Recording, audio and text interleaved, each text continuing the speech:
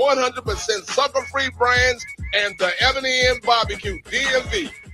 The views and opinions expressed in the following program are those of the program's participants and do not necessarily reflect those of station staff, management, and advertisers.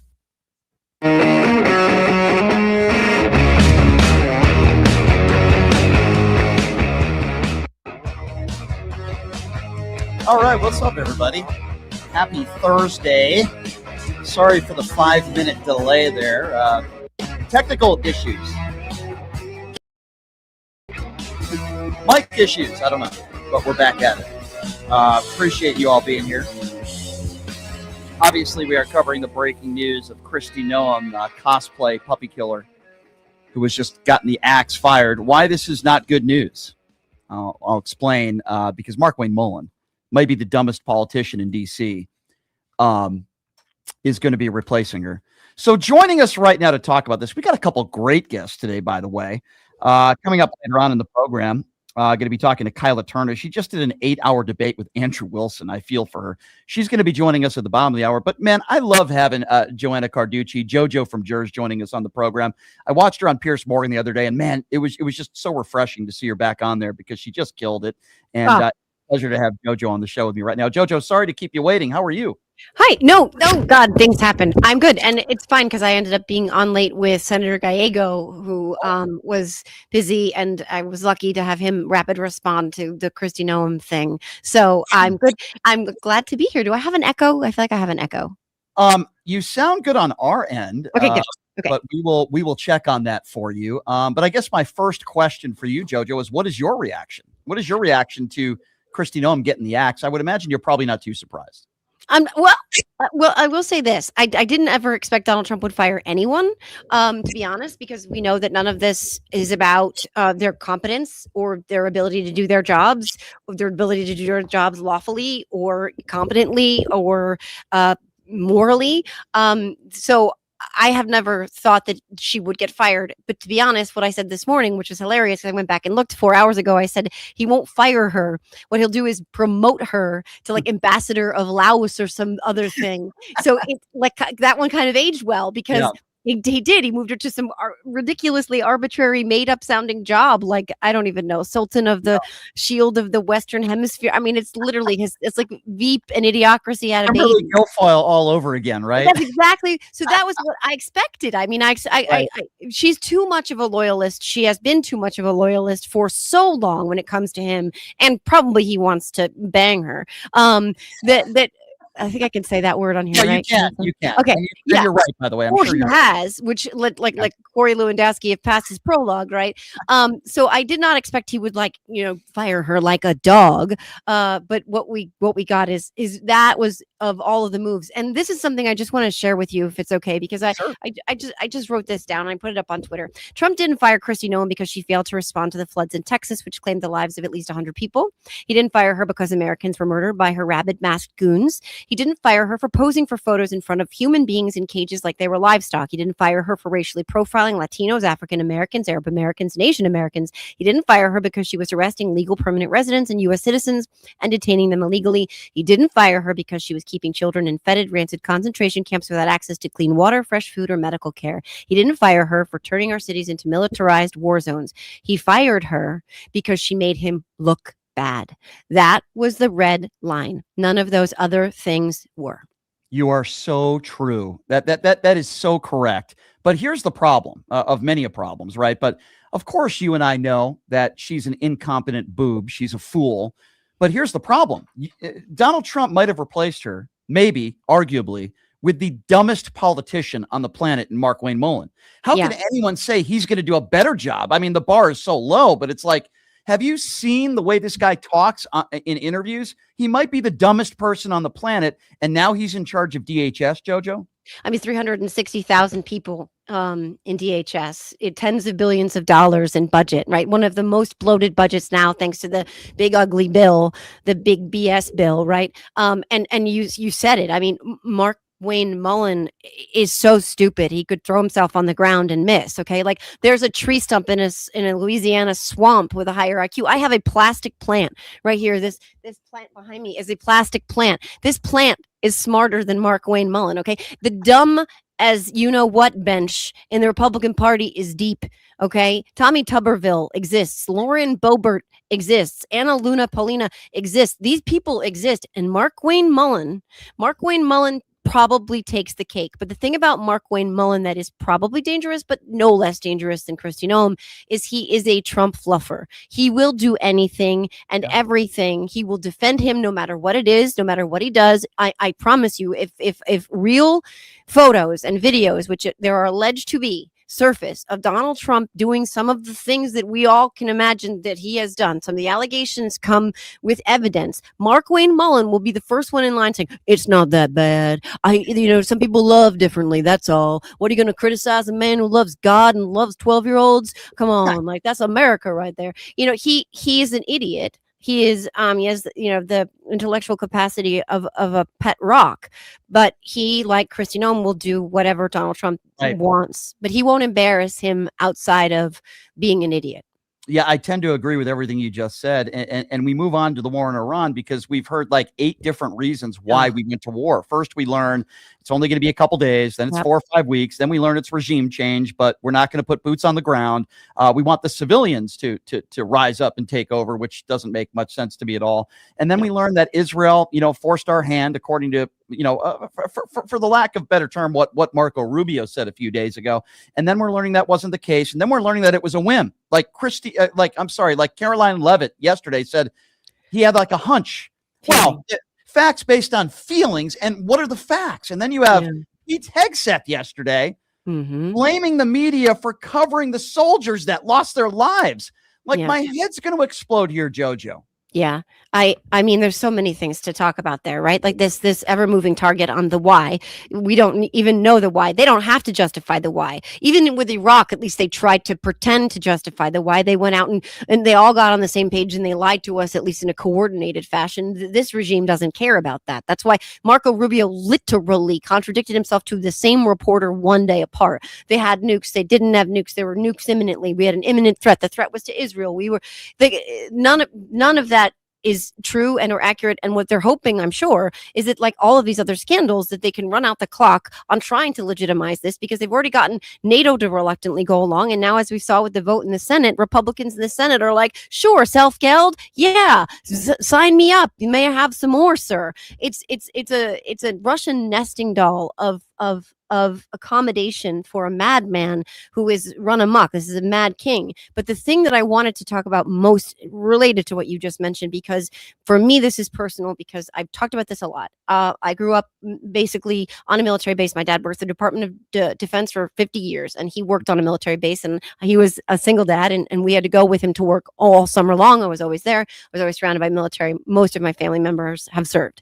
I hold the military in extremely high regard, and I am sick and tired of them co-opting the idea that they're the ones who love our troops, when we are talking about someone who was a draft dodger 5 times with a fake ailment, someone who disparaged a POW, someone who insulted a Gold Star family and fought with a military widow, someone who desecrated Arlington National Cemetery, called the fallen of war suckers and losers, someone who asked John Kelly at Arlington National Cemetery what was in it for them, those heroes buried there, someone who has gutted the VA and fired more veterans in our country's history. Donald Trump is upset right now because the 6 troops that we lost because of a war he never explained to the American people, did not have congressional approval to wage, cost us at minimum at this point 6 human lives. And how dare they have the nerve to overshadow him? How dare they get front page coverage when he's the hero of this moment? And I makes my blood boil. I hope you can hear it in my voice. I want to cry, but I also want to punch something,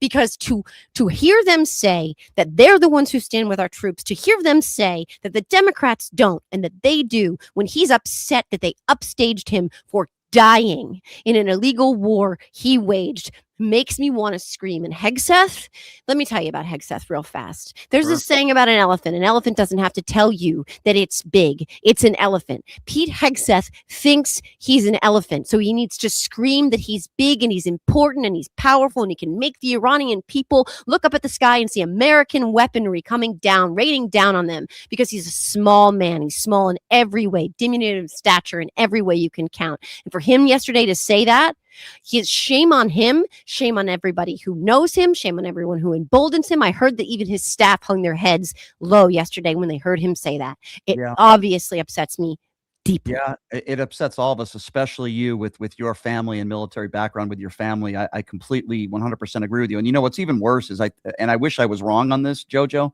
but the number of casualties obviously is probably higher, and it's going to continue to rise. Not to mention the thousands of innocent people in Iran that are dying, and innocent people in Israel too that are dying, and all over the Middle East. And we're going to be losing more soldiers. They have no.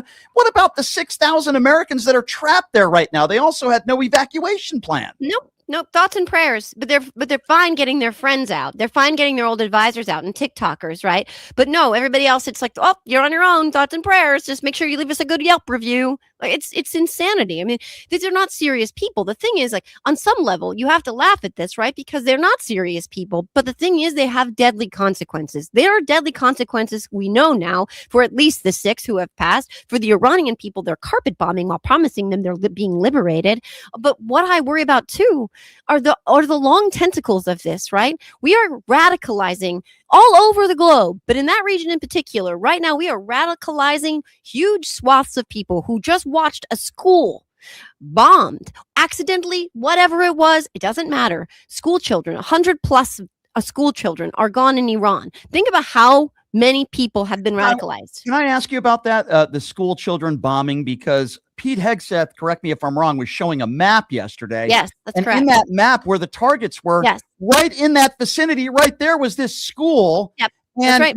when Pete Hegseth was asked about that, he basically didn't have any answers.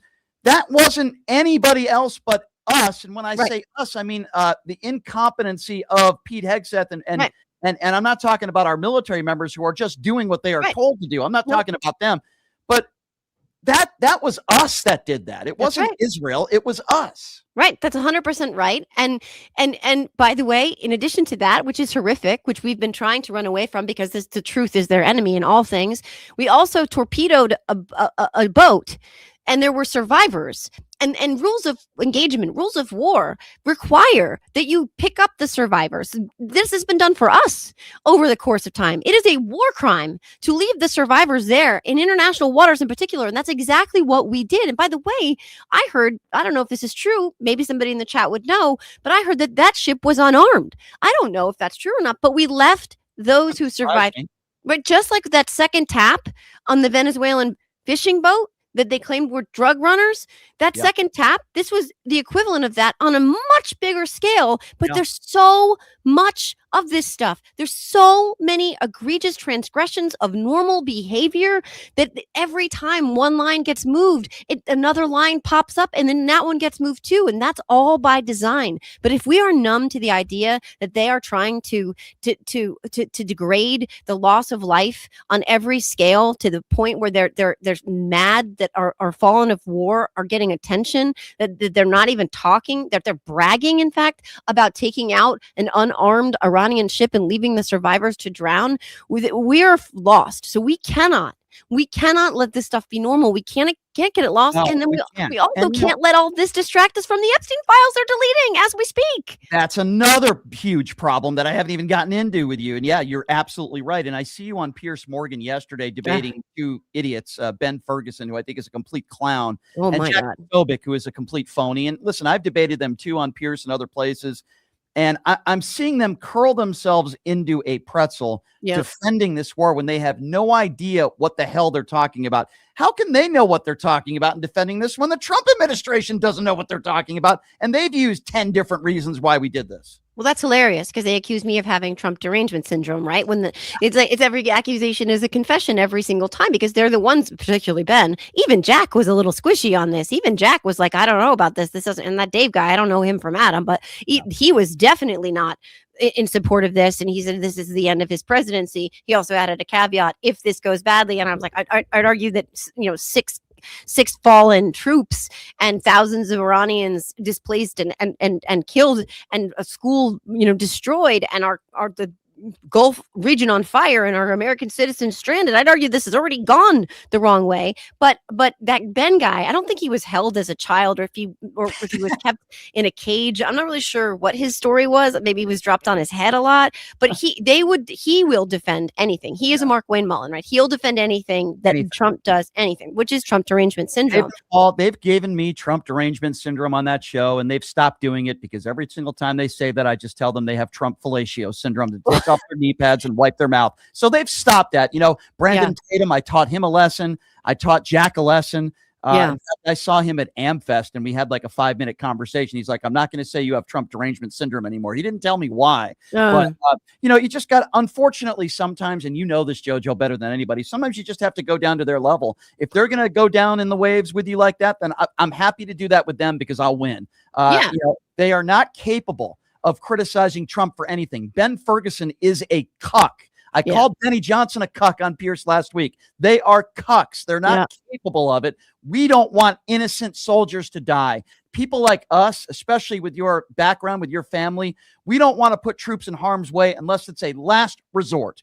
And nobody in the administration has shown any evidence that Iran is more of a threat to us than they've been the last 30 years. We were told that we obliterated their capabilities 8 months ago. So why the hell are we there now? Why? Well, this is hilarious to me because they're literally holding two truths at one time. They are telling you that this is an imminent threat, that Iran posed an imminent threat to our national security. But here's the kicker.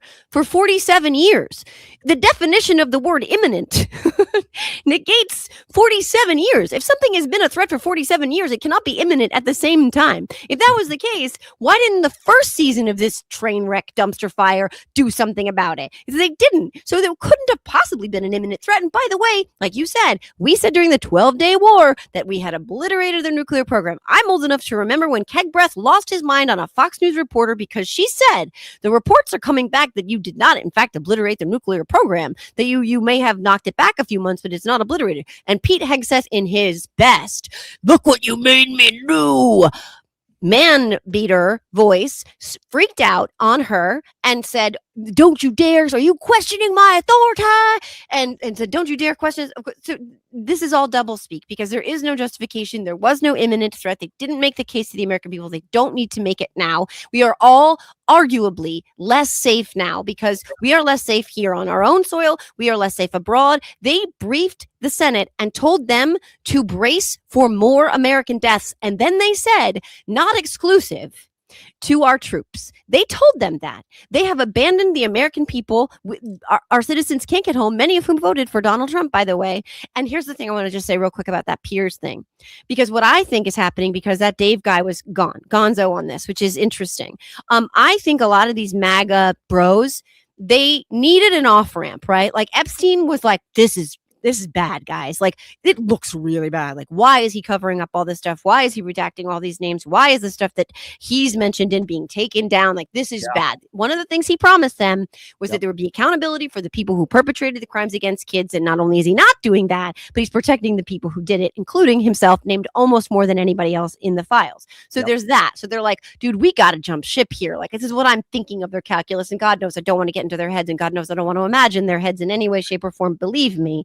But I think they're looking for an off-ramp, and I think something that is as clean as this. He promised, there's a million sound bites of him saying, I am going to be the no new wars president. I am going to be the one that gets us out of protracted conflicts abroad. I am not regime change. Kamala Harris is the one that's going to get your sons and daughters embroiled in these conflicts, not me. I am the peace candidate. So it's easy to say he promised that, he lied. So what they can do now is say, we're done, we're out. You said no new wars, but I think that they've been steadily looking for something to give them the confidence to be able to finally say, I'm out.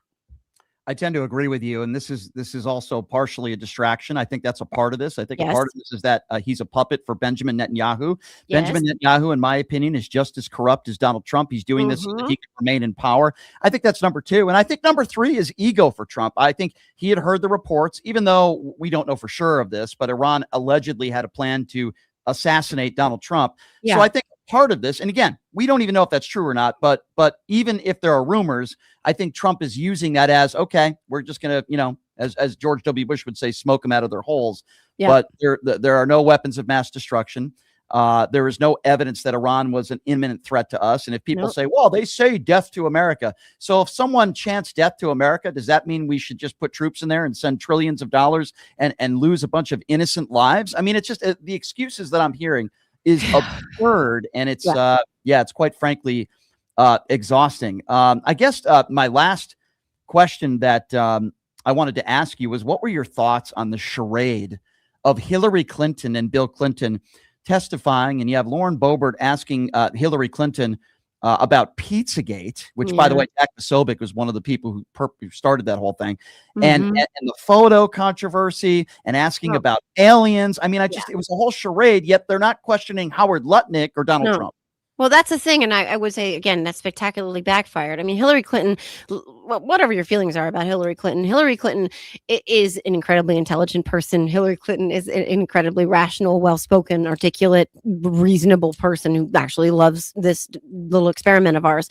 And she made them look like the clowns that they are. I mean, absolutely made them look like the clowns that they are. And brought up, by the way, what am I doing here? Why am I here? I'm not implicated in these files. Why isn't Howard Lutnick here? Why isn't Donald Trump here? Why aren't the people who have patterns of behavior, aka Donald Trump, why aren't they in this room right now? And by the way, the whole thing with Lauren Boebert, it's just it's a clown show. It's amateur hour. It's pathetic. And she got caught in real time, and she sounded like a petulant child. She's like, that was me. I'm sorry. That was me. I mean, these are not serious people, and they're not taking these crimes seriously. And for Lauren Boebert to say she stands with the survivors, which I've heard her say many times, and she's voted that way, to be in that room and not take these things seriously and not want serious, ramifications, consequences, accountability for people, that's a shame. I wouldn't expect any better from her, but Hillary, man, she read them the riot act, and I thought it was fantastic. You did a great job. And I would agree with what you said about Boebert. I would put Nancy Mace in that exact category as well. Nancy Mace, the disgrace. JoJo, I love you. I love your commentary. There's a reason why there are so many loyal fans of yours, and also a reason why I have a few of these enemies as well, but people that are just so angry at you because you tell the truth and you're passionate and you're opinionated and you happen to be a strong woman. And we all know the MAGA base don't like strong women, certainly women that disagree with them. So no, they don't like it. No, please keep it up. Please keep doing what you're doing. It was so great to see you on Pierce. I know that sometimes it's a challenge, but you did great. I texted you. I said you did great after I watched it. That was very nice. So I hope we're on the same panel on one of these shows down the road. Me too, because it's hard, man. It is hard to be on there. Like he calls that debate, it's like it makes my ears bleed a little bit. No, especially if you're a woman on those panels, because I know, a lot of men talk over you, and it's But like I said, you held your own and you did great. JoJo, give out that information how people can follow you before we let you go. Well, thank you. And by the way, for all your listeners, Brian was very sweet, and he did text me and very supportive as always. He is always very supportive, and I really do appreciate it, because that can be it's a gauntlet. So thanks everybody in the chat. You can find me at Are You Effing Kidding Me on Substack. We also have the SirenNetwork.com. That's a new media network that is creator driven that I launched with my friend Sam Schwartz. We have 10 or 11 shows now. You can find me there. You can find me on all the socials at JoJo from Jers. My Substack in the SirenNetwork.com. Those are my babies. So please do check them out. JoJo, always appreciate your time. Keep up the great work, and we'll talk to you soon, JoJo. Take care. Great to see you. Thanks, guys. Bye. Good to see you too. There you go, everybody. Joanna Carducci. She's one of my favorites. Man, I love her fire. I love her passion. I love it how she just destroys these MAGA men on Piers Morgan. She was on the other day, and I was actually supposed to be on yesterday. They actually rescheduled me for Monday, if anybody cares out there.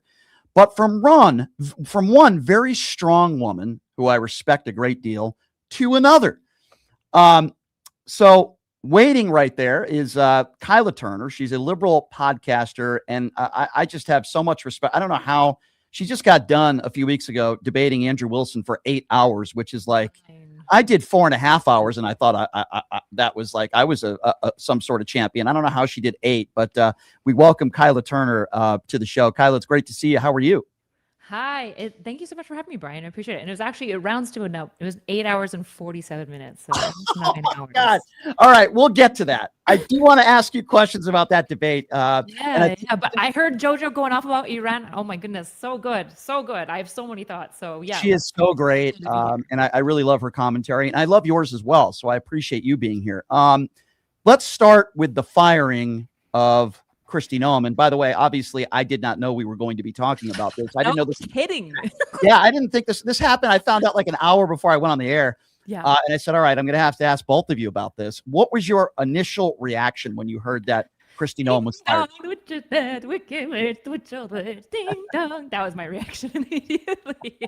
I mean, it's annoying because if you read, she's getting this like new position so she can say tenured and still make money. Like the punishment for embezzling like $240 million from the American people shouldn't be you're fired, but now you get a new job that's just like in name only. It's like the consolation. You shouldn't get a consolation prize. You should go to jail and you should be forced to refund. Like, oh gosh, it's nice. It's like it's this nice little victory. We're like, yes, but okay, the guy replacing her sucks a lot.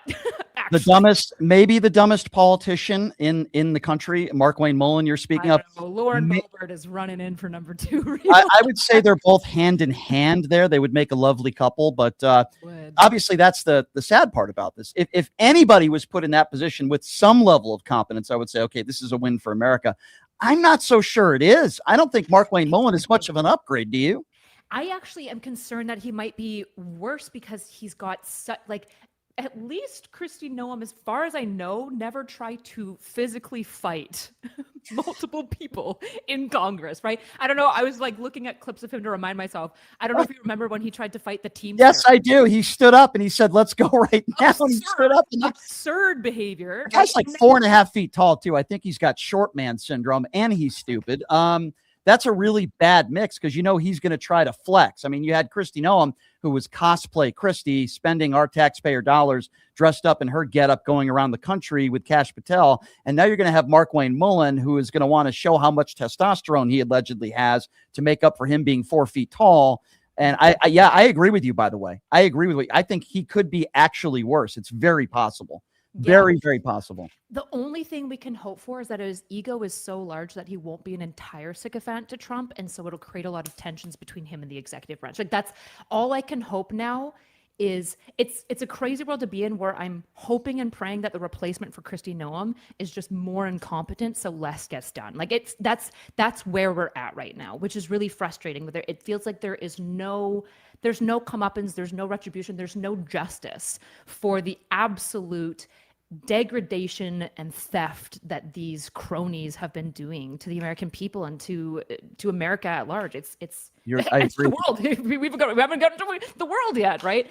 So it's the Schadenfreude is happy to watch Kristi Noem get fired after an embarrassment congressional hearing, but the policy brain of mine goes, it's not better and it might be worse. Did you see the questioning yesterday, Nancy Mace on Governor Tim Walz asking what a woman is when these guys, and this goes into my next topic, of course, which is Iran, they can't even define what a war is. They ask liberals and people like you and people like me who certainly lean to the left, can you define what a woman is and what a man is? They can't even define what a war is. We have some members of Congress that are saying we've been at war with Iran for 50 years. We have other members of Congress that are saying we didn't act first and this isn't a war. Like I'm saying it like if somebody bombed us, how could we define that not as a war? What are you preempting with your preemptive strikes? Aren't you preempting a war? And then when they strike back, doesn't that mean that now, like what's a war to you if not multiple cities getting missiles and Iran just firing at all of its neighbors and us right now competing for complete total air dominance with Hegseth saying we want air dominance so we can switch from using missiles to bombs, which is just like making things less accurate. Right. Horrifying to hear that, right? And so yeah, that's a good point. They definitely don't know what war is, but they certainly like to wage it. The Department of War, but can't define war. Yeah, and they can't even define or give a reasonable explanation by most standards of why we went to war with Iran, right? I mean, I was talking to JoJo about this earlier. First, they start talking about how we're only going to be there a couple days, then it's 4 or 5 weeks. I think it's going to be months at least. Then they say that, well, our hand was forced, at least Marco Rubio alluded to this, because Israel was going to attack first. Then we heard, well, Iran was going to attack us. Then we, Donald Trump and Caroline Leavitt yesterday saying, well, it was basically a whim. It was a feeling. And I'm thinking to myself, you guys are the ones that said we obliviated them 8 months ago. We obliviated their nuclear capabilities 8 months ago. So were you guys lying then? Like, I don't understand. They can't come up with any reasoning. What's the reasoning? I mean, I haven't heard anything that's reasonable as to why we're in this war. I suspect Marco Rubio's is the closest to accurate answer that we'll have at like a strategic level. I'm sure for Trump, it's all whims and feelings and vibes, and he just wanted to now. Trump's policy is, who do I like the most and who's talking to me the most recently? And so if somebody is gunning for Iran and they talked recently, then they're going, Marco Rubio. I do believe to some extent that they were trying to like rush in before Netanyahu made strikes. But then we see, okay, so you rushed in and you killed schoolgirls. So maybe we don't rush into war? Like, what are we doing? Isn't that a story, Kyla? I'm sorry to interrupt you, but isn't that a story that's so under the table, what you just said? This schoolgirl, this school, where first they were blaming Israel, and then it turns out by their own mistake of what the map that Pete Hegseth showed yesterday, it was us. We bombed a children's school, and these are the same people that were, attacking Israel, rightfully so. We bombed a children's school. It's right there on the map. And the worst part is, because of sheer incompetence, right? A lot of people need to be aware that these missiles that we are shooting, they are very accurate, right? It's not like we're like, oh, oopsie, it just like went 600 meters wide. No, we probably put in the wrong coordinates somewhere along the way, incompetence caused the lives of, what's the death count? Over 100 children, young girls, which is insane because the Iranian people want to see the regime thrown off of them. And now we're speed running, make all of the people hate us as quickly as possible, which is it's just absurd. It's like the greatest bungle of a situation that we have seen in, I don't know, maybe, I don't know, we've been messing up a lot militarily. Yeah, well, that's for sure. So we've talked about a few of the excuses as to why they did this. I tend to think that a part of the reason why Trump decided to do this, not the entire reason, but I think a part of it was a distraction from the Epstein files, which I think they are deleting and redacting these 3 million files, or at least partially, right before our eyes right now. I think this was a distraction. Would you agree with that? It's hard. It's so hard to say, right? Like, I feel like everything is a reaction. I don't know if I can trust that Trump is cognitively cogent enough to be planning long-term anymore, right? And so it feels like what's happening is lots of reactions. I'm sure that it will benefit to distract from Epstein. That is absolutely an interest that they have. I'm sure that some people thought that striking Iran now needed to happen because they really just hate Iran and they thought that they could get Trump to do it now, right? I suspect that it's the worst answer, which is everyone's incompetent and fighting for Trump's ear, and he is too mentally declined to actually make a cogent plan. And so it's all sorts of competing interests. It is getting away from Epstein. It is outcompeting Netanyahu. It is just some war hawk who hates Iran and has been waiting for the chance to get in there. It's probably all of these things, which shows again the level of incompetence in these strikes and in this action. Because if you're talking about military intervention with regime change plan, if there's anything we've learned, it's that you need a lot more information, a lot more expertise, and much better intelligence before you make strikes on a sovereign nation. And not alone, you're right, Kyla, not alone just that, but what about the 6,000 plus Americans that are trapped there right now? There was literally no evacuation plan put in place. And when Trump was asked about this, he just played dumb and said, well, we didn't think it was going to go this way. How did you think it was going to go when you started bombing Iran? What did you think Americans were going to do? They could just take a flight out of there? Like, the incompetence is at astronomical levels. Yeah, it's this very interesting thing. There's Hannah Arendt talks about this in The Banality of Evil. She's a political philosopher, but this idea that so often when we see malicious things, we think that there's like this evil genius behind it, like plotting it out, when more often it is incompetent egoist fools who don't have enough of an alarm bell in their head to go, maybe I should hold back and not do evil things and bad things. And I think that's what we're seeing, right? We saw it with Maduro. What was the plan with Venezuela? Like, None. What was all of that? Because let's kidnap the president, kidnap the president. Let's steal the oil. You think he cared about the people out there and liberating people? No more than he cares about liberating women in Iran. They don't care. And the worst part is we can't even sell the oil. It's too I know. expensive. It's too Yes. crude. Yeah, It's like, that's not even that. right. You're right about that. I think part of the reason why he did this was to help his own large donors in the fossil fuel industry, and that's not going very well either. All right, so I have. They don't want it now. Now they're like, actually, we don't want it. Yeah. It's so insane, and the precedence that is set that any country could just kidnap another president if we think they broke the law is just so ridiculous. Speaking of ridiculous, so a friend of mine tells me, hey, do you know that girl Kyla from the Unf America tour? Did you know she just did an 8-hour plus debate with Andrew Wilson? I'm like, no, I didn't know that. And it was really hard for me to watch, not because of you. You're just way too smart and articulate. Just the excuses and listen, Andrew's probably going to watch this. He's going to say, Brian, why are you talking, crap about me again? Because he always does that. It's not that I'm even talking crap. I'm just like, I don't know how I have so much respect for the fact that you were able to do an 8-hour and 40-minute debate with that man, when I think a lot of his debates and a lot of his personality is bad faith debates, bad faith arguments. I don't know how you were able to do it. How, I guess, is my question. Lots of energy drinks. I think I had like 3 to 4 energy drinks. But by the end, like, I don't know. I think next time I go on, I'm going to have a much harder boundary about like when we end. I think Brian wanted to go as long as he could because he was making good money. But I'm not making money when I go. So I need to have a much harder cap of time limit because it was exhausting. I walked away and I think I ended that and I just like cried from exhaustion. Like I was like, that was the worst thing ever. And I'm so tired. Was he nice to you after the debate when the microphones were off and the show was over? Like, what does he say to you? He's always decently polite with me. I don't know. I've known Andrew for like 3 years. So there's like this weird nemesis kind of polite. And, he's asked me about the husband and stuff. But by the time we end, I'm pretty sure he was drunk because he had like 10 to 12 beers. He did that with me when I debated him for 4 hours. All right. A couple personal questions for you from people that you know. I've been asked to debate Rachel Wilson at a certain college university next month on feminism. I've never debated anybody on feminism. Do you think I should do it? If you do, I would read her book. So, she's going to go a lot into like really niche, weird history stuff that she's like rewritten. So if you do, of course, I think you should debate everyone you want to because you're Brian and you do great at debates and you make people very mad. Just make sure you are aware of what her book says, because that's what it's going to be, all feminist history. Oh God, but that's so I'm just not interested in that, right?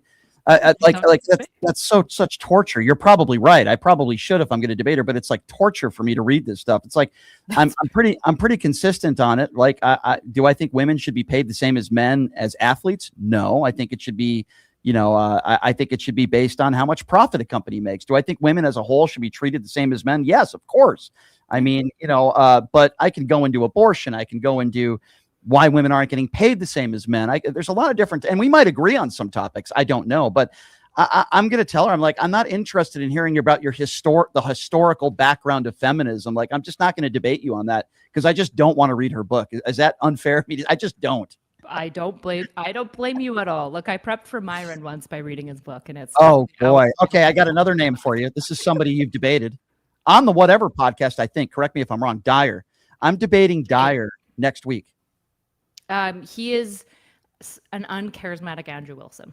Because Andrew Wilson can sometimes be funny. Okay. Dyer has all of the like rude Phil bro egoism and like none of the charisma. He's just like, well, then I'll just go personal on him. I mean, I know I'm going to attack him because I know he's friends with Alex Jones, who's a despicable human being.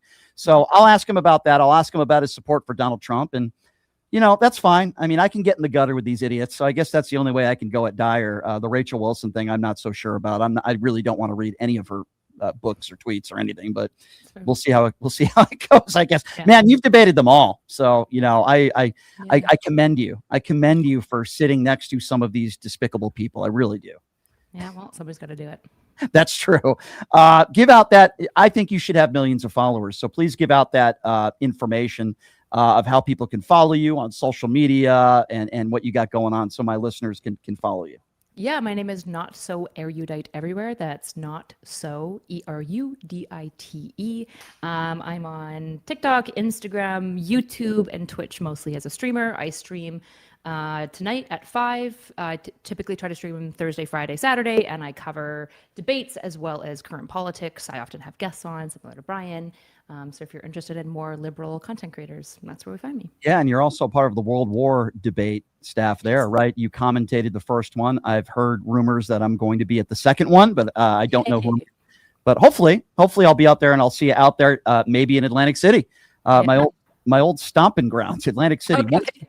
One side of the boardwalk, you have a nice senior citizen bingo players, and then the other side, you're afraid you're going to get robbed at knife point. So it's kind of a very interesting. And by the way, don't swim there. Okay, the beach is gross. Just don't swim. It's disgusting. But other than that, I love Atlantic City. But you're really solid. Yeah, exactly, Mr. Positive. Kyla, it's so good to see you. I really do appreciate you coming on. Keep up the great work, and please don't do any more 8.5-hour debates with Andrew Wilson. Okay. Bet. Thank you. Thank you for having me, Brian. Thanks, Kyla. Take care. That's Kyla Turner, everybody. Very popular liberal podcaster. Those are back-to-back two people that I have a tremendous amount of respect for, not just because they're extremely intelligent, but I love the fact that they just put these MAGA people in their place because of what's up here, and that's what I love. And I would say the same to somebody like a Luke Beasley, or to somebody like an Adam Mockler, or to somebody like Destiny, who does the show all the time. I've been interviewing Adam Mockler. He's done my show for 4 years. We'll get him on again. These are people that are just very smart. Okay. And that's where you need to start. Some of these other people are not as smart as they think they are, but these people are just extremely intelligent people, and they use their mind and they use it well. And that's why Kyla's so good at what she does, because if I do debate Rachel Wilson, I am not going to read her book. I just can't do it, because that would be like torture for me. She's going to go into her history of feminism and all that. And I'm just not interested in doing that. Anyway, I'll let you guys know if that's going to happen, though. We're in talks to do that. Yes, I am. It's confirmed. I am debating Dyer on my friend Sean Kelly's show next week, and we'll be able to have clips to play you. Kai Schwimmer, I'm debating him as well in a couple weeks. So they're making the rounds with me, and I've got a lot of debates that are coming up, even though that's not really what I do. So I interview people. I do a talk show, as you all know. You're watching. I talk about the news of the last 24 hours. Sometimes the interviews I do turn into debates, but usually I'm not the person that just sets up a 2 or 3 hour debate. I've been doing more of those lately. People seem to like it, so I'm going to continue to do those. All right. So as I mentioned, Kristi Noem, the puppy killing cosplay imbecile, was just fired. And we'll get into her replacement in a moment, but Kristi Noem did make a little speech. And in that speech, she made a very insane note, literally right after being fired. I thought this was very bizarre. Have a listen to this. Quote that is often attributed to George Orwell that states, "People sleep peacefully in their beds at night only because rough men stand ready to do violence on their behalfs," which means you step up in order to protect people, and you do it in a way that other people often are never going to be required to. Boy, that is a really, really weird note to go out on after the orange turd just fired you. Very, very strange. But this is Kristi Noem here taking a post-firing victory lap, which I find to be extremely bizarre. There's a reason why she was fired. The main reason for Donald Trump is because she made Donald Trump look bad, but her incompetence with these ICE murders that have taken place, with these ICE agents across the country, with her leadership, by the way, and the thuggery and the lack of training. And don't even get me started with her private jet, where she was probably allegedly banging Corey Lewandowski on her plane with the bedroom that cost the American taxpayers a lot of money, or the $220 million with her face on it, the advertisements that were played everywhere, which clearly isn't helping anyway.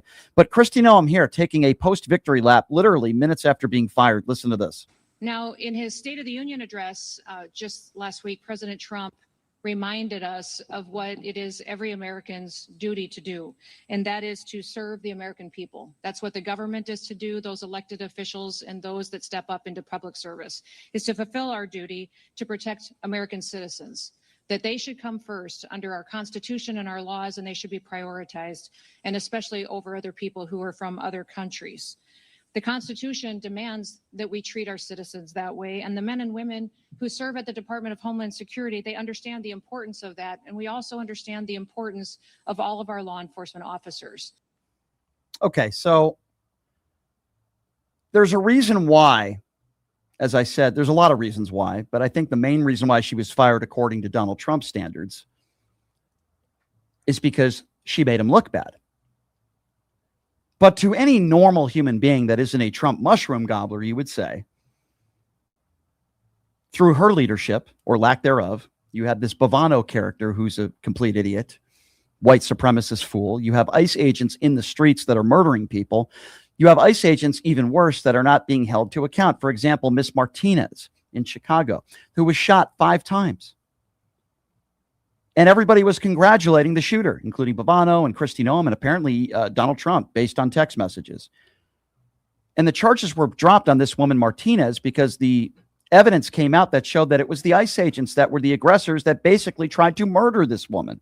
Did Kristi Noem ever apologize? No, of course not. She hasn't apologized to anybody. So there's a lot of legitimate reasons why anybody would fire this woman, and she should have been fired a long time ago. I cannot believe how stupid people are who voted for this woman at one point to be in office. That I really don't understand. But then again, I don't understand how Trump got voted back in either. So maybe the 2 and 2 come together. But make no mistake about it, the only reason why Donald Trump fired her is because she was making him look bad. I hope Kristi Noem, cosplay Kristi, Ice Barbie, walks into the racist, bigoted sunset that whatever she walks into, and have a nice day, and don't let the door hit you on your ass on the way out. Or maybe Cora Lewandowski smacking it, one or the other. So I want to play you some clips that CNN put together, which I thought was very well done. Because Trump regime officials have been describing the Iran strikes as a war, but there have been a plethora of Republican Congress members that are using all sorts of euphemisms and excuses and different language. So I want you to listen to this. Then we may have casualties.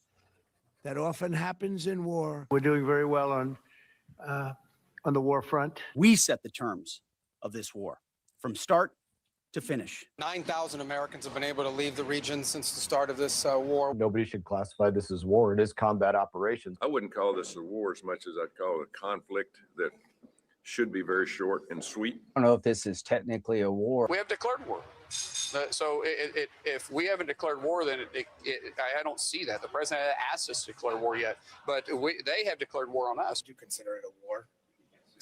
It's a significant military operation. Strategic strikes are not war. They have declared war on us. I don't believe in the semantics. We've talked about the language this morning. We're not at war right now. We're 4 days in to a very specific, clear mission, an operation. Then we may have casualties. So those are a multiple group of members in Congress, Republicans, that are using the opposite verbiage and language that Donald Trump is using. And I think that's very important to note. They are not on the same page. They will never be on the same page, because most of these Republicans do not think that we should have gone to war. Just a lot of them don't have the backbone, for lack of a better term, to say it. Now, unfortunately, there are news organizations like News Nation. And this is what News Nation is saying about gas prices and Representative Roger Williams, because these are the same people on the right that were bragging and gloating about how low gas prices were. By the way, they weren't as low on a national average as anybody thought they were. But now they're skyrocketing, and they're going to continue to skyrocket. But here's Representative Roger Williams on News Nation making excuses for the Trump administration when it comes to gas prices. Have a listen to this. Even if the U.S. is dominating the war by all the metrics that are used to, calculate how a war is being fought, if Iran can buy itself time, and gas prices, which have gone up a considerable amount here in just a few days, continue to go up. If commerce is slowed down by what's happening or not happening in the Strait of Hormuz, what will that do, do you think, to sentiment and support for this war, which, as you know, wasn't too high going in the polls we had? Well, I haven't seen any of the polls. I do know that around Main Street America, I chair the Small Business Committee, as you mentioned, and I'm meeting with small business owners all the time. They want us to not have to worry about somebody threatening us every single day to death to Israel, death to America. What they want to do, which what they're getting right now, is from the big, beautiful bill that we passed, lower taxes, less government. You're getting fewer regulations, options to depreciate fixed assets, and they purchase it, saving the family farm with a $30 million inheritance increase. So those are the kind of things that Main Street's looking at. And, gas prices very well could go up a little bit, but they've been relatively low for the last couple of months, and they'll settle in, and American business will be able to deal with it. And I don't think it'll last forever. It does go up. Yeah, well, make no mistake about it. I mean, gas prices, they're going to go up. Gas prices are going to go up. Make no mistake about it, but they'll eventually come down. And the American people will be able to deal with that. They'll go up, but they'll come back down. What goes up must come back down. These people are so stupid. They're so stupid. Representative Williams is so dumb as a rock. But if you guys want to know how Newsmax is handling the news of the last, 24 hours or so, have a listen to what Newsmax, a very reputable organization, have a listen to what they were talking about yesterday. You should be impeached. And I think that the people, even though he's not running for re-election, the people of Minnesota ought to consider that, because this is absolutely embarrassing. Congressman, could he be this clueless? Could he be this, out of touch? I mean, he was asked by Nancy Mace what a woman is, and he couldn't answer that question. So maybe he genuinely doesn't know what fraud is. You should. Oh my goodness gracious, you dumb bimbo. They're talking about what is a man and what is a woman. We have a war in Iran right now. It's tragic whenever we have the loss of life. Could be soldiers, could be innocent people in Iran, it could be innocent people in Israel. It's tragic. It's sad. And in my personal opinion, unjustified. Unjustified. But yet, on Newsmax, they're talking about what's a man and what's a woman. And apparently they're congratulating Nancy Mace for asking Governor Walz that very question. It is beyond sick. It is beyond sad. These are unserious people. So speaking of unserious people and bad people, and I think people that are extremely dangerous to this country, let's start with Stephen Miller, and then we'll get to Pete Hegseth. But I want to start this off with some laughs. I want to start this off with a little bit of levity before I get into the seriousness of how dangerous Stephen Miller and Pete Hegseth are. So Jimmy Kimmel found a video of Stephen Miller when he was in high school. And it's very important to play this because, listen, I understand when you're in high school, sometimes you're going to say incendiary things. You're going to say things that you regret. You're going to be immature, what have you, even though you make the argument that Stephen Miller says some very hateful things today. He does. But this gets into a mind of an 18-year-old Stephen Miller, because I can tell you when I was 18 years old, I wasn't mocking and making fun of janitors. I wasn't mocking people or looking down on other people. But Stephen Miller did this many years ago. And this is proof as he was escorted off a stage speaking at some sort of high school engagement. He was 18 years old. And this is Stephen Miller mocking custodians and making the case that I shouldn't have to throw away my trash. That's the janitor's job. And Jimmy Kimmel does a great job at exposing that this guy was a douchebag way back when he was in high school. Watch this. Am I the only one who is sick and tired of being told to pick up my trash? We have plenty of janitors. What a lovely young man, huh? Even for 2002, that was apparently too much. And so then when they tried to bring up the next speaker, all of a sudden it was okay to resist the authorities. Next up, thank you, Stephen.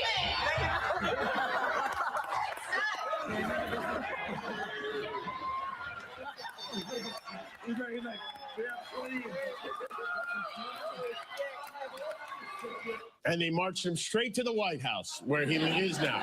So he's always been like this. And you can read all about it in his new memoir, Born a Douche.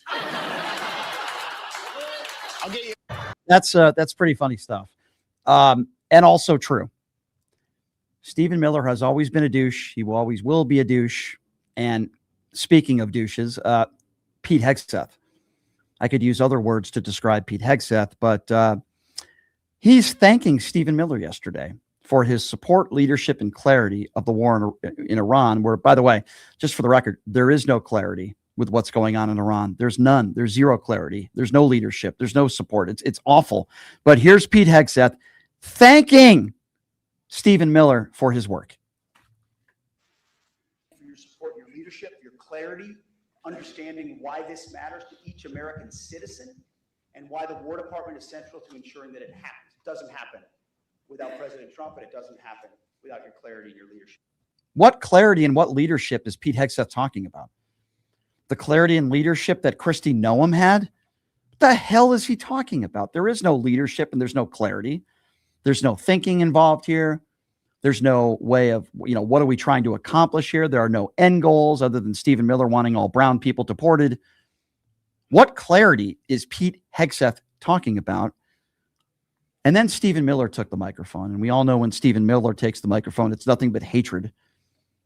But you see, just like Donald Trump wants to lecture us on bravery, Stephen Miller wants to lecture us on his feelings when it comes to human rights. Have a listen to this. And the human rights that we are going to protect are not of the savages that torture and rape and murder. The human rights that we are going to protect are of the peaceable citizens who have an absolute human right to live in physical safety and security every day of their lives. And in that mission, I promise you, we will be your closest partner. Thank you. What did Stephen Miller just say? He's talking about human rights. Well, let me explain something to Stephen Miller. Human rights doesn't just apply to American citizens.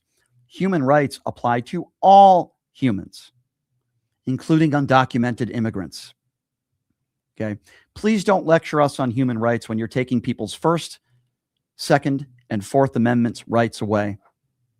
Please don't spew your garbage to us about human rights when you're attacking people and using the DOJ to go after people that disagree with you. Please don't talk to me about human rights when your own boss, Donald J. Trump, talked about the possible execution of 6 elected Democrats who only told our brave men and women in uniform that you shouldn't have to, and you shouldn't, and you should not abide by unlawful orders. You want to preach to us about human rights? Let me tell you something. Of all the people in the country, Stephen Miller is probably the last person that should be talking to us about human rights.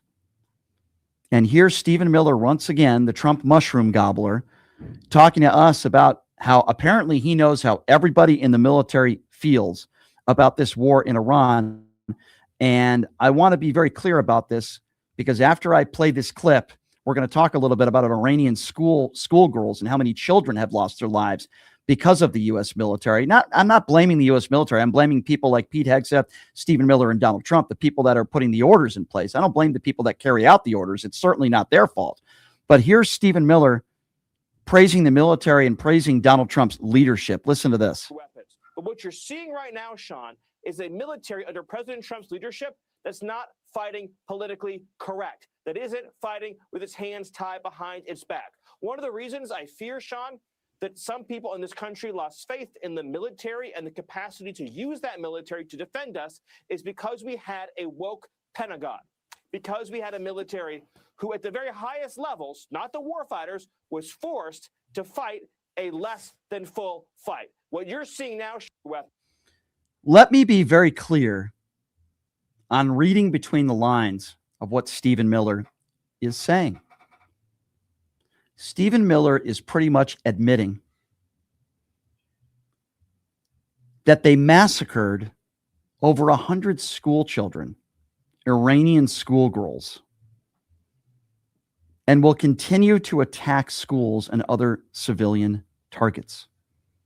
That is what Stephen Miller is saying. I don't care what side of the aisle you're on. I don't care if you're a Trumper. I don't care if you're a lefty or a righty. How can that not bother you? Why is it that when Israel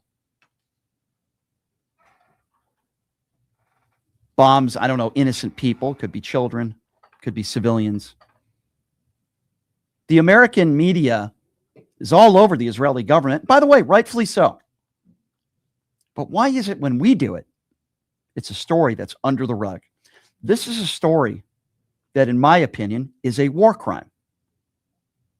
The incompetence of this administration. And again, I am not attacking or criticizing our military members who are brave.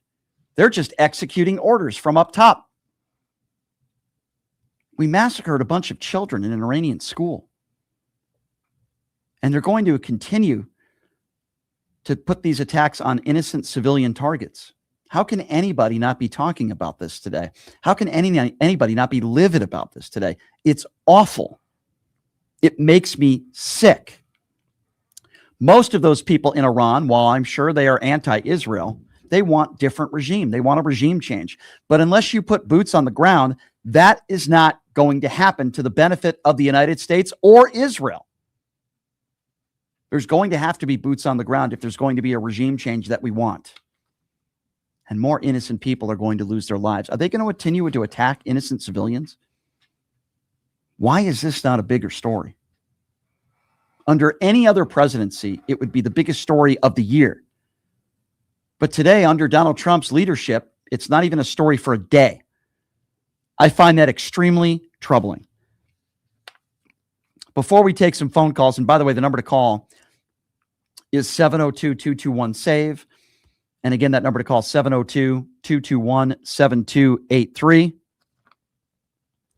We had two great guests on in the first hour. I had Joanna Carducci. She's also known as JoJo from Jers. She just did Piers Morgan the other day. She's great.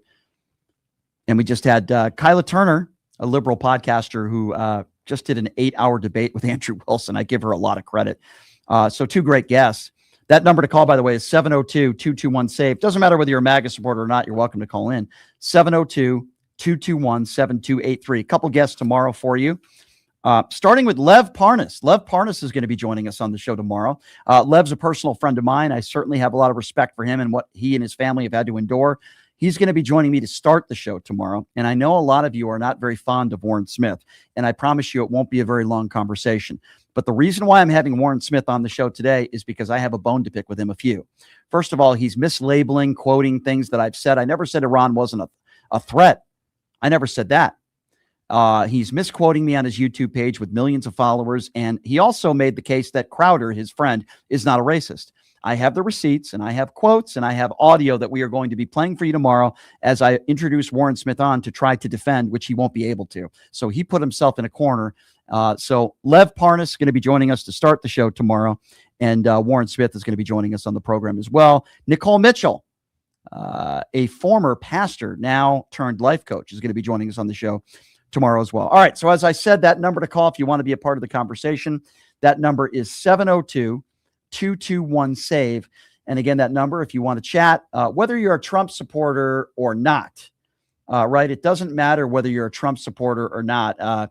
If you can actually defend this war in Iran, then I'm all ears. I'm ready to hear from you. But we want to get your reaction, of course, to Kristi Noem, right? Kristi Noem was just fired a few hours ago. Markwayne Mullin is going to be replacing Kristi Noem. I actually think that this could be worse. I actually think that Markwayne Mullin replacing Kristi Noem could be more dangerous to the United States of America and our security and civilians that are on the streets. So we're starting there. I want to get your thoughts on Kristi Noem. Are you surprised that she was fired? What do you think of Markwayne Mullin replacing her? Do you think maybe we might even be in a worse situation now than we were? Obviously, the Iran debacle and more excuses coming out is why we went to war. Kristi Noem is obviously the biggest story, certainly this morning and of this afternoon. So we're going to get your opinions on that. And of course, Stephen Miller getting congratulated by Pete Hegseth. It really is sickening. 702-221-7283.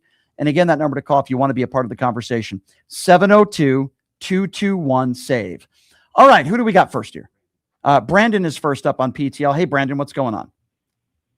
Hey, Brian, I hope you're doing well today. Yeah. First of all, I just want to say to everyone out there that I am sincerely sorry for ever having voted for Donald Trump, given this war that's going on and everything else in our country. I mean, this is just a bridge too far. He's going to war on feelings and instincts, which really means that he's just winging it. He has no idea what he's doing, what he's talking about. And now we have a ground war starting in Iran. This is going to be Iraq 2.0, and we're just doing it on behalf of the Israeli government. They've been wanting this probably since the 1980s, I'd imagine. So it's just too much. And I'm sorry to everyone out there that I ever voted for this guy. And that's really all we can ask for at this point. And I would also ask for, get out here and vote in the midterms. Do not vote for MAGA candidates. I would ask that. And then, listen, the 2028 presidential election is a lot closer than we all think, right? After the midterms, that's all that's going to be talked about. So do your due diligence and say, okay, I made a mistake. I admit that myself. I never liked Donald Trump. I never voted for Donald Trump, but I also didn't vote for Hillary Clinton. And I owned that. And, a year into his presidency, not even, I said, man, I made a mistake. And I said, I would never make that same mistake again. I had no idea the monster that Donald Trump would turn into. I didn't know enough. I didn't do enough research on his background, and that was my fault. And I promised myself I wouldn't do that again. My Joe Biden vote, not that I think Joe Biden's a bad guy, but it was an anti-Donald Trump vote. My Kamala Harris vote, I think she's a nice lady. I think there are better candidates out there, but it was an anti-Donald Trump vote. So I guess my question to you is, are you willing to do the same? Are you going to vote against these MAGA Republicans? Absolutely. Yeah. I have no choice. You have no choice. You got to do the right thing now. It's like, forget party lines. It's just go do the right thing. It's just BS or normalcy. Yeah. I can respect that. Before I let you go, if you don't mind me asking, how many times did you vote for Donald Trump? Oh boy, sadly 3. Wow. Sadly 3. Wow. Yeah, it's a huge mistake. Huge mistake. I'm actually surprised that you voted for him after January 6th. I'm not surprised that you voted for him in 2016. Hillary Clinton at the time, not the most liked candidate, very capable, but not the most liked. But after the insurrection, I'm surprised that that wasn't enough for you to say, man, I can't vote for this guy. Well, yeah, I know it was really bad on my part. Just like looking in terms of like the economy at the time. I know inflation was really high during 2024 election and other stuff. I was thinking about how things were before COVID hit. So I was just kind of like throwing all my eggs in one basket. But now I just wish I could have go back and switch my vote to Harris, because we just can't do this anymore. I'm done. What would you say to Donald Trump right now? You're somebody who voted for him 3 times, and I hear you now, but you can't change your vote now. But what would you say to him right now? Resign and go away. Unfortunately, go find a nursing home, go do something, resign, get out of here. Unfortunately, I don't think that's going to happen. Is there? Okay, so what if Marco Rubio runs for president, which he very well might? And Marco Rubio is running against Gavin Newsom, hypothetically speaking. Who do you vote for? Newsom. Okay, interesting. All right, well, at least I respect that. I respect the fact that you're not voting for any of these Republicans anymore. You've learned your lesson, even though you did vote for him 3 times. I think it's very, very important, very, very important, as somebody in my position, to acknowledge when somebody admits that they made a mistake, to acknowledge that and say, okay, the problem I have are not necessarily, now, I wish you didn't vote for Trump. You wish you didn't vote for Trump either. We can't change that. But my frustration are for the people out there that can't admit that they made a mistake, that are still supporting him. I don't understand those people, Brandon. I really don't. Yeah, I have so many of them in my family. It's like, no matter what, like I have people like with the Rob Reiner situation. Yeah. They're out there. They're still defending him. And just go back to, what about the time when Biden said that? I'm like, this is so beyond the tail. I mean, there's no defending it, but they're still holding on to the sinking ship, and they'll still defend him no matter what. Did no my matter what. did my show have anything to do with you changing your mind at all? Yes, it did. You had a lot to do with changing my mind. I found Jesse Dollemore and a few other people that are like independent journalists, which I really like. And so, but yeah, you really have changed my mind a lot. Well, that's good, Brandon. I'm glad that you were willing to Leonard listen. too. I'm glad. Yeah, Leonard's a good guy. I'm glad that you were willing to listen. I appreciate that. And you were willing to change your mind. And I appreciate your call. Thank you so much. I will say this. A lot of the people on the right, one of their worst characteristics that are Trump supporters are unable to do what you have done, which is admit that you made a mistake, admit that you were wrong, in this case 3 times, but you're willing to change course. I give you credit at least for doing that. There are a lot of people out there that are not willing to admit they made a mistake, and we call those people MAGA mushroom gobblers. I appreciate the call, Brandon. I really do. Thank you. 702-221-7283, 702-221-SAVE. Let's go to Mark. Mark is next on PTL. What's up, Mark? Hey, Brian, how's it going? Good. What's up? Hey, man, I called yesterday, but I didn't quite make it through, and I wanted to remind everybody. Well, I want to say 2 things, but one thing was well, I was going to bring up the time, remind everybody that Trump also once said that dodging STDs in the 80s was his personal Vietnam. I want to remind everybody he said that. He did say that. You're right. I remember that. He did say that. He says so many stupid things on a daily basis, hard to even keep track. It's amazing. But the other thing I also want to say is that one guy that you also destroyed, the Paul, whatever his name is, he reminds me exactly of this Mark Wayne Mullen. Just his demeanor and everything. I remember him saying he's like a self-made businessman. Yeah. And I know that dude's definitely some shady stuff. And I remember Mark Wayne Mullen saying the same thing. So just shady dudes. Can you imagine that Mark Wayne Mullen is now the leading DHS? If that's not scary, to everybody, I don't know what is. That guy's leading DHS. He couldn't be a crossing guard. I mean, this guy's leading the DHS department. I already knew that it was going to, I heard the hearings. I'm like, God, man, they destroyed Kristi Noem. She deserved every bit of that. It was amusing watching her get slammed on her sexual affairs and all that whatnot. But yeah, I'll let you go. And, all right, thanks, man. man. Screw Warren, he sucks. Thanks. All right, thanks, my man. I appreciate it. I'll spread the word. Thank you. 702-221-7283 is the number to call. Let's go to Dave. Dave is next on PTL. Hello, Dave. Hello, Dave. Hey, how you doing, Brian? Good. Hey, I was just going to say there's no greater evil than to target hospitals and schools. I'll tell you what, this is pretty bad, man. And they admitted it. They pretty much, America. Dave, this isn't even speculation. They like accidentally admitted it. That's how competent they are. So not only do they, do this massacre to these young Iranian girls in this school, but the reason why I don't even think they did it on purpose. They're so dumb. But I don't know if you saw the press conference with Pete Hegseth yesterday. They show the map of where the targets were, and right next to one of the targets is the school. And Pete Hegseth is asked, and he didn't even have an answer. I mean, it's insane. It's insane. And these people are so incompetent, like you say. And with Kristi Noem out, that's good. But like you said, that Mark Wayne Mullen, he's got to be one of the dumbest son of a bitches I've ever seen. He's not very bright. And this was the guy who stood up and threatened to fight somebody in the House chambers during a hearing. Yeah, I remember that. Yeah, this is the guy. Yeah, he has no sense of history. This is a man who can't put 3 coherent sentences together. His appearances on the networks are embarrassing. And this is the guy. If it wasn't bad enough that he's an elected official, now he's running DHS. I got to tell you, man, I think this could be worse than Kristi Noem. That's just my personal opinion. You know something, Brian? I think accountability is coming, though, man. I think I hope so. That Epstein files, I think it's coming. I hope so. Just don't stop on it. I hope you're right, my friend. And I promise you, I give you my promise that I won't. I appreciate you. Thank you so much. 702-221-SAVE is the number to call. 702-221-7283. I also told you guys Lev Parnas is going to be joining the show. First segment tomorrow. Warren Smith, second segment. I have some bones to pick with him. Let's go to John. John is next on PTL. What's up, John? Hey, Brian. Hey, I think one of the reasons why, or the big reason why Kristi Noem got fired is because Tom Homan couldn't stand working with her, or maybe even taking orders from her.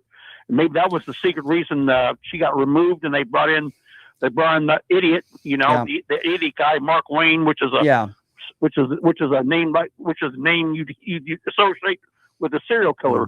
Forrest Gump 2.0. No offense to Forrest Gump, but I will tell you there's only one reason why Donald Trump fired her.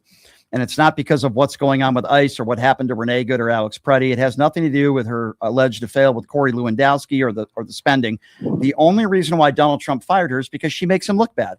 And anybody that makes Donald Trump looks bad, he fires. If you put out factual statistics on, say, job numbers, he'll fire you. If you go against anything that he says, he'll fire you. That's the only reason. It wasn't because she's incompetent.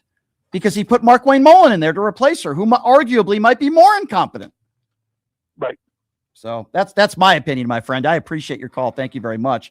Any logical person with an IQ over 20 could probably give a number of different reasons why. But the only reason why Trump fired her, make no mistake about it, is because she made him look bad. That's all he cares about. All right. Number to call again, if you want to be a part of the show, is 702-221-7283. And again, that number, if you want to be a part of the conversation, 702-221-SAVE. We're talking about a number of different issues. Obviously, the breaking news, Kristi Noem was fired. Mark Wayne Mullen is her replacement. I think it arguably could be worse. And obviously, the latest fallout, and we're learning that there was an Iranian school where a bunch of young children, young girls were massacred, and it was because of us. When I say us, I'm not talking about people that are listening to this show or me. I'm talking about the United States, the Trump administration, Pete Hegseth, the Secretary of Defense. And for what? To fight a war that we should not be involved in to begin with. Where's the accountability? Who gave those orders? Who gave those targets? There will never be any accountability in this administration. 702-221-SAVE. Let's go to Kevin. Kevin is next on PTL. Hello, Kevin. Hey, Brian, it's been a while since I've called. I've called you back in August into your show. But I'm just trying to get, there's so many reasons to why I dislike this administration, the Republican Party, so much. I think most of us could list a number of different reasons. That's for sure. Do you know who Jesse Ventura is, right? Of course. He's the former governor of Minnesota. And I think Jesse Ventura, while I haven't always agreed with him, I think he's a decent man. He's a good man who served. And I have a lot of respect for Jesse Ventura. And particularly when he speaks out against this administration, I like Jesse Ventura a lot. Because remember, he said it twice. He said it a few years ago in 2022. And when Renee Good was killed, he said that, after January 6th, which was 5 years ago, he said that the Republicans are an enemy to the Constitution. Well, listen, like I said, I haven't always agreed with Jesse Ventura, but he certainly is on the right side of history when it comes to what's going on in this country and what has been going on in this country under Donald Trump. There's no question about that. And I would also say that we need more people out there that are honest and that have nothing to lose, that are going to speak out against this administration, whether you're an independent, sort of in the middle, the way Jesse Ventura is, or if you're a Republican. I appreciate the call, sir. Thank you very much. Marcia is next up on PTL. Marcia, I pronounced her name wrong. Hi, Marcia. Are you there? I'm here. Hi, go right ahead. Hello. Yeah, go right ahead, Marcia. Go ahead. You're Hey, on. Brian. Hey, what's up? I had to call in because today's my birthday. Oh, well, happy birthday, Marcia. Happy PTL. Thank you very much. Happy PTL birthday. And, pardon? I said happy PTL birthday. Thank you very much. I appreciate that. Sure. The reason that I called in is your previous caller that just called and admitted that he was wrong for voting for Donald Trump 3 times just made my day. It's nice to hear. That was the best birthday gift I have had. It's nice to hear because they're few and far between, let me tell you. And Brandon, I'm telling you. Yeah. And you know what? Between you and Parker and Dean and Don Lemon and all of the people, Joy Reid, I watch you all. You guys are making an impact. I was so proud of that caller. Whoever that gentleman was, kudos to you. Yeah, and I'm actually going. I don't know if you watch the Roland Martin show, but I'm actually doing his show later today as well.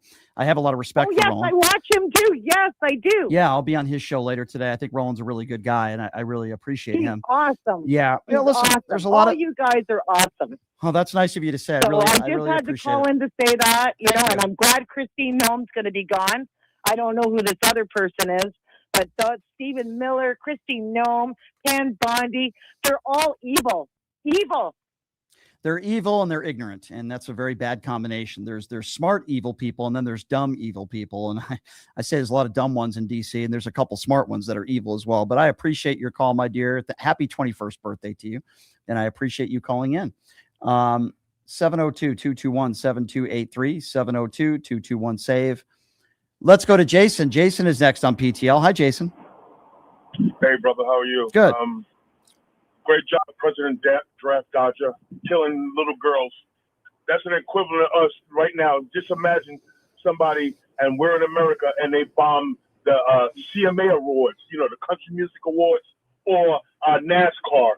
You know how crazy America would go? You know how crazy America did it? And we watched Daytona 500 get bombed, and we watched it on TV. What would our country do if somebody, we bombed, say the Daytona 500? You think America wouldn't go crazy? I think they'd go nuts. This can't be, Jason. This can't be just, oops, we made a mistake. By the way, they're never going to own it. This is not a mistake. A mistake is when you lock your keys in your car, not when you bomb a bunch of innocent children in a school. And this is Pete Hegseth's incompetence and Donald Trump. That's what this comes down to. Ryan, this is way worse than that. Don't you understand? Number one, they made Ayatollah a martyr. You already know these Muslims are already psychotic when it comes to martyrs. They will lay their life down for their martyr. Now you just killed their daughters, who they don't have respect for anyway, but you can't kill them. And so the point is, we have now just started a religious war, and either we wipe Iran out or expect something in return coming our way. Unfortunately, I think you're right. And I think we are not as safe as a country now as we were 2 weeks ago. We're not as safe as a country now as we were a year ago. We're not as safe as a country now as we were back in 2015 before Donald Trump took office. I agree with you, Jason, and I do appreciate your call. 702-221-7283. Let's go to CJ. CJ is next up on PTL. What's up, CJ? Hello.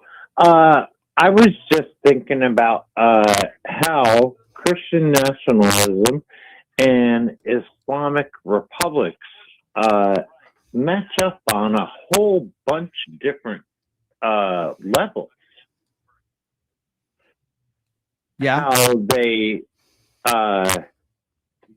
persecute the gay and lesbian groups and the feminists and all the others.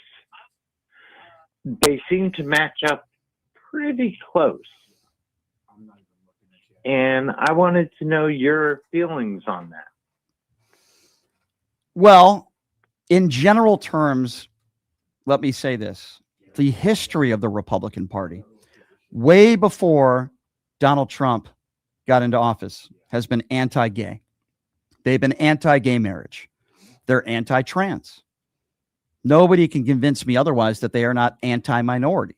The reason why I say that, there's a number of reasons. First of all, African Americans represent somewhere around 12 to 13% of America, yet less than 1% of African Americans are elected Republicans. That's number one.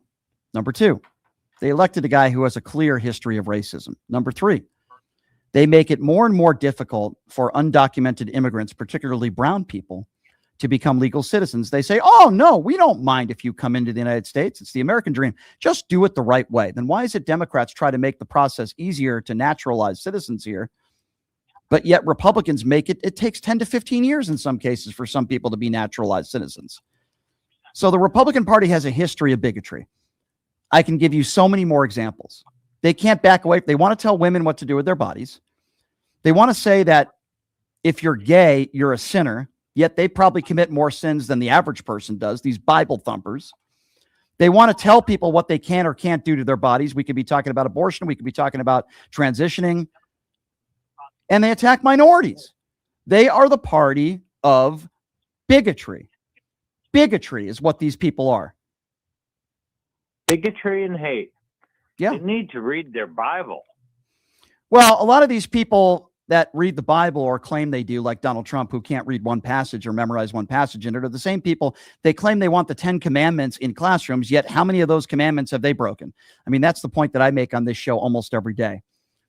So I want to give you an example of some of these Trump mushroom gobblers, and I'm going to use social media. I rarely do this, but there's somebody in the TikTok chat. His name is How Time. Now, I usually don't do this, but this is an example of why I say so many of these people on the right are cowards. He says, only libtards speak on your show. Now, obviously, he has no idea what he's talking about. I have more people on the right as guests of this show than people on the left, so that's not true. Also, I give out the number, and every time I give out the number, 2 people like this clown, How Time, I give you the opportunity to call in. But I guarantee you he won't, because he's a coward. Yet he goes on social media and says, only libtards you let speak. Couldn't be further from the truth. Anybody, you can say what you want about me, but I always give anybody the opportunity to call into the show and have a discussion with me. It usually doesn't go very well for people like him. But again, these people don't know that. They don't know that I've had Caroline Levitt on the show. They don't know I've had Robert F. Kennedy Jr. on the show, Vivek Ramaswamy on this show.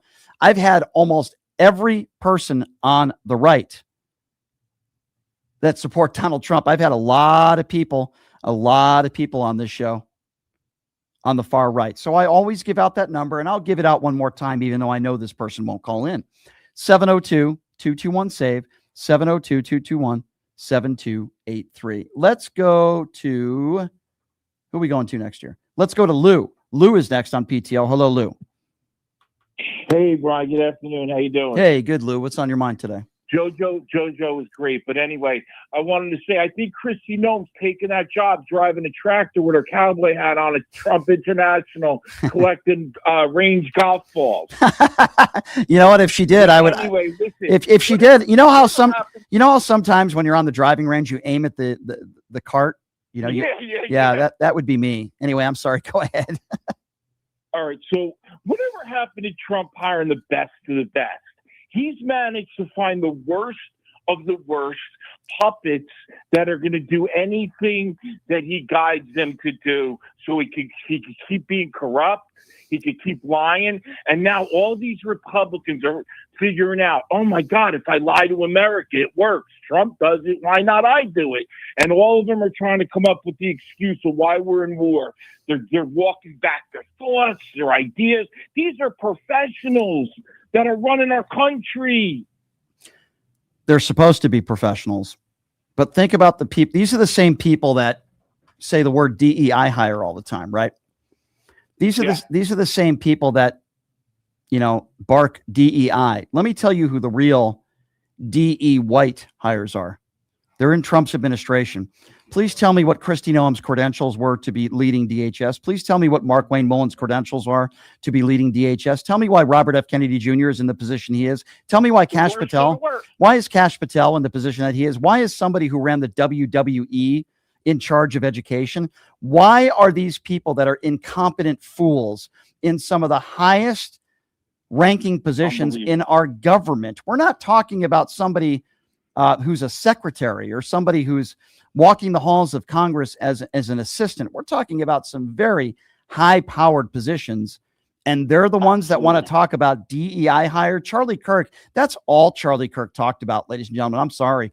75% of what Charlie Kirk talked about always had to do with attacking minorities. Look it up. Or transgenders. And right, also, they're responsible for a lot of money, billions of dollars, and they're spending it crazily. Yeah. So we're, and by the way, there's some new information out now. I haven't read this yet, so I'm reading it. My producer's telling me to, so I will do that. Apparently Senator Kennedy, who had contentious, as you know, back and forth with Kristi Noem at a hearing this week, says Trump was mad as a murder hornet that Noem. That's why she was fired. That Noem claimed that he approved a $200 million ads contract. Do you remember that back and forth? Kennedy said he was. That's why she got fired. Yeah, today. That's why he fired her. Yeah, it had nothing to do with ICE. It had nothing to do with any of the other stuff. And of course, he is the one who approved it because he had to. He's the president of the United States, and Kennedy's now saying the truth out loud. We know. And what did I say at the beginning of this show, my friend? I said the only reason why she was fired is because she made him look bad. This is an example of her making him look bad. And by the way, why would anybody approve $220 million of taxpayer funds for stupid ads that Kristi Noem is in? You know, it's insane. It's insane. Thank you for the call, my friend. I appreciate it. 702-221-7283. And again, that number, by the way, if you do want to be a part of the conversation, is 702-221-SAVE. It's not a show without the MAGA destroyer, Darlene. Darlene, what's going on? Brian, you know, people say be careful what you wish for. Yeah. You should have seen my face when I found out that Marky Wayne is getting that position. Oh, my God, people. He is so much worse than Kristi. Believe me, I know. So you live out there, and it's Ohio, right? Oklahoma. No, I'm sorry, Oklahoma.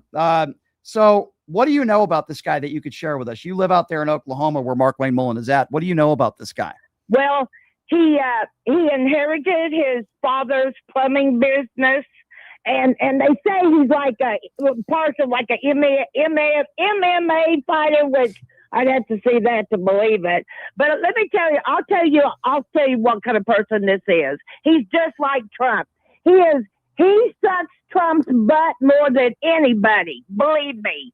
And he lies. He got caught lying up there in Washington just not too long ago, and they had to call him out.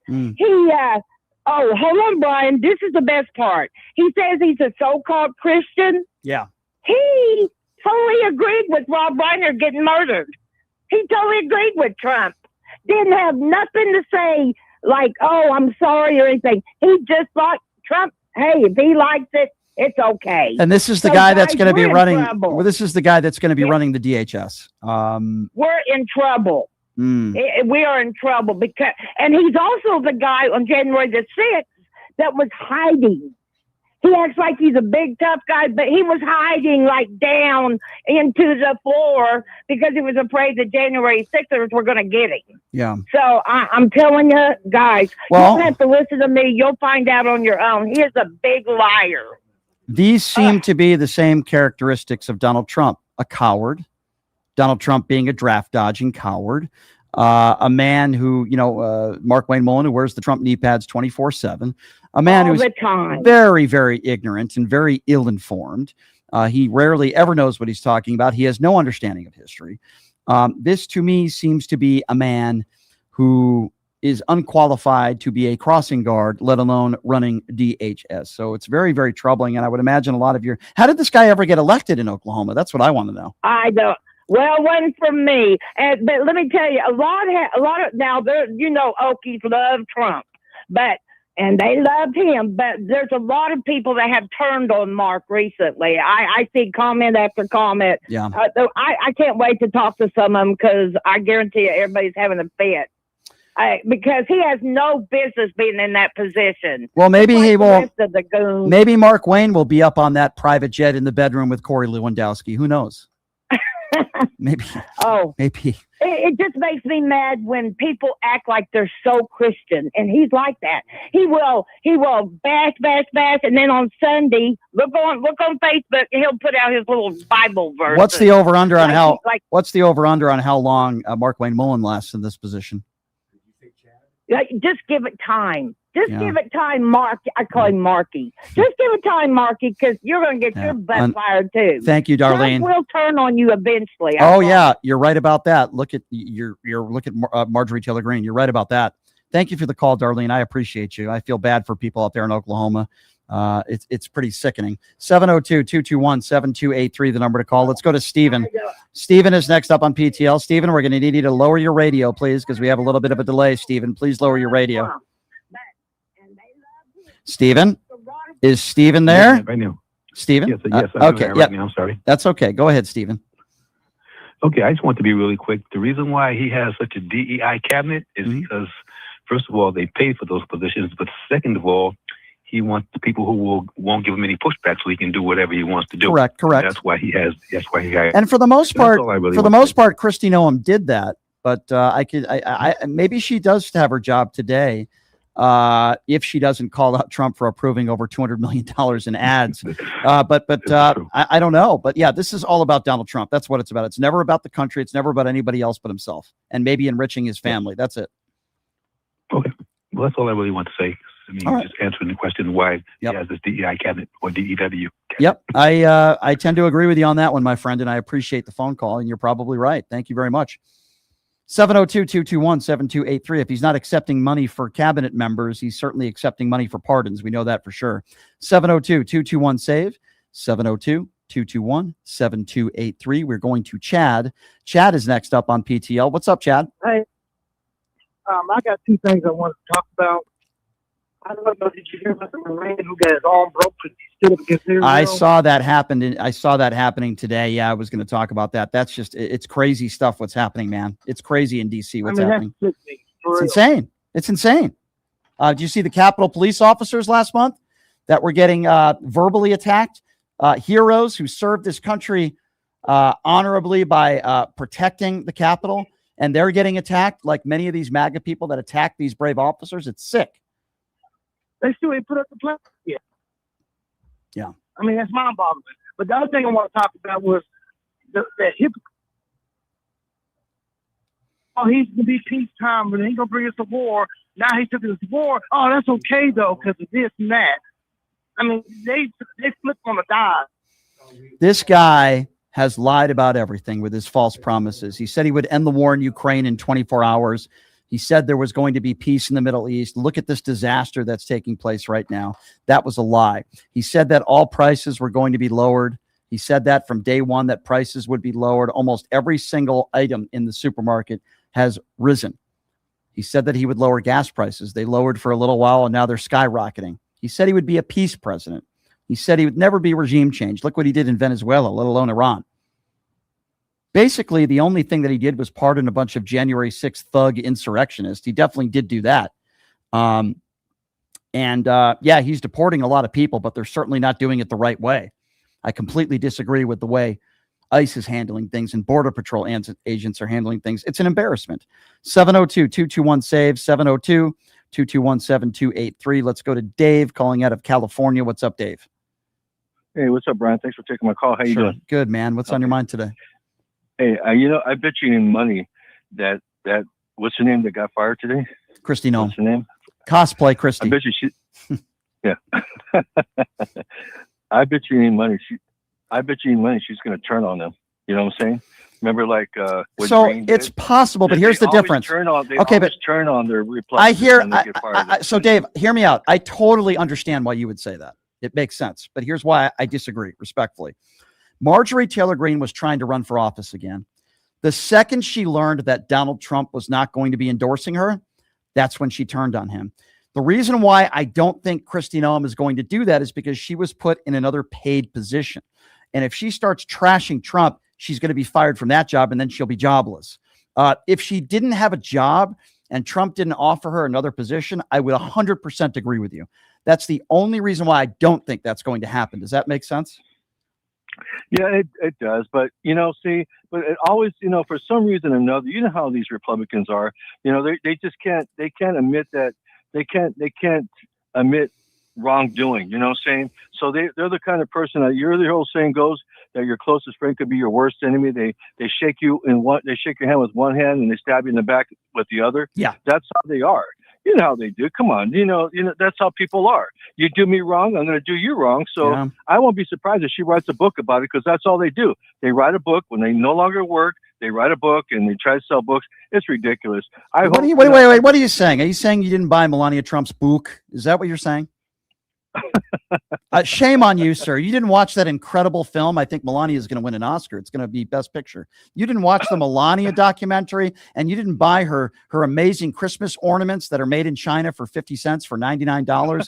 You're telling me you didn't buy that? You didn't buy her audio book? By the way, let me be very clear. If we ever capture terrorists, put them in a cell and play that audio book of Melania Trump while the documentary is playing in loop over and over and over again. That's worse than waterboarding. I don't think I can find more torture than that. That's what I would do. That's just my personal opinion, Dave. Did we lose Dave? Yeah, I think we lost Dave. Thanks for the phone call, Dave. So just a quick programming note for you before I give my end monologue speech, even though a monologue is supposed to be at the beginning, isn't it? I'm going to be doing the Roland Martin show today. I love Roland. I did his show last week, and they invited me back on, and I'm happy to come back on with Roland. We're getting to the YouTube super chats, and I can't read them because my eyes are so terrible. I don't know if Numchuck can help me with that, but I can't read them because I have very, very bad eyes. I'll try to put my glasses on. There we go. There we go. I'm gonna have to move the camera a little bit here. Okay, I apologize. I've been really bad with reading the YouTube super chats, and I appreciate your support. So we're gonna try to get to all of them. All right, let's see. Who are we going to first here? I don't know what just happened. There we go. We're going to go to Lori first. Lori said, I wanted to thank all our PTL family who are on the chat. You keep me sane, Brian. You have great people who believe in you. I love you all. Well, Lori, we love you too. You're a great supporter of the show. And if not for people like you, I wouldn't be able to do my thing. So obviously I'm extremely appreciative, Lori. Thank you. Minnesota Vet says, Hegseth said no more rules of engagement. WTF.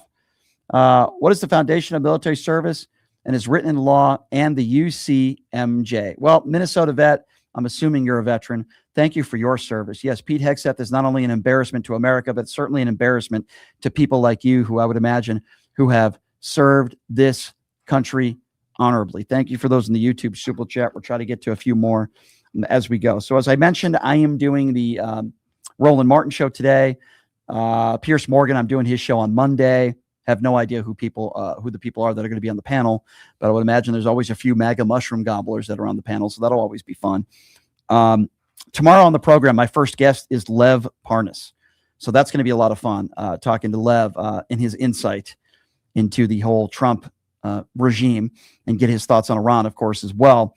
The reason why I'm having Warren Smith on, and it's only going to be for about maybe 20 to 30 minutes, is because I have a bone to pick with people on the right that misquote me and mischaracterize what I say. Warren has been doing that constantly on his YouTube page. He's got millions of followers, so I'm not cool with that. So I'm going to have a little on-air discussion with him about that. And I also said one of his friends, Crowder, is a racist. I believe Crowder is an absolute racist, and that's his friend. And he's like, give me reasons why you would say that. Well, I'm going to come with the audio and the quotes, and then he'll be forced to either defend racism or don't defend racism. We'll see if Warren can step up, but that's what I will be doing on the show tomorrow. So look, folks, it breaks my heart when anybody innocent loses their life, let alone children. Every time we've had a mass shooting event in a school, any mass shooting, but especially a school, I'm at a loss for words.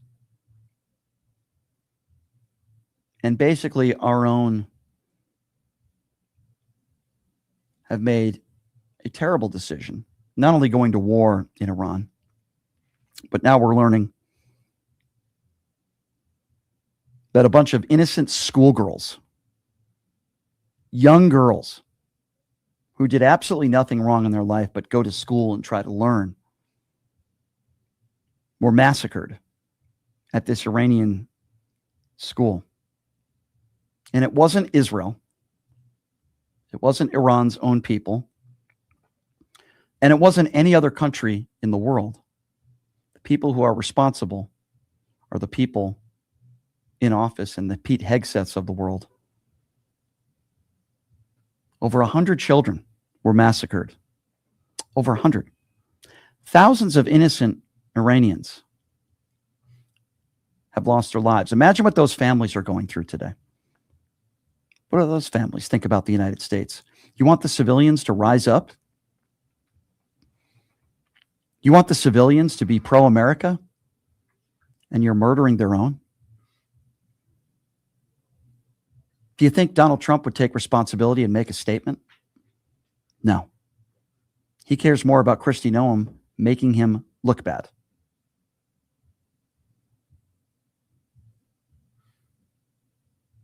And I think about the times that we're living in today.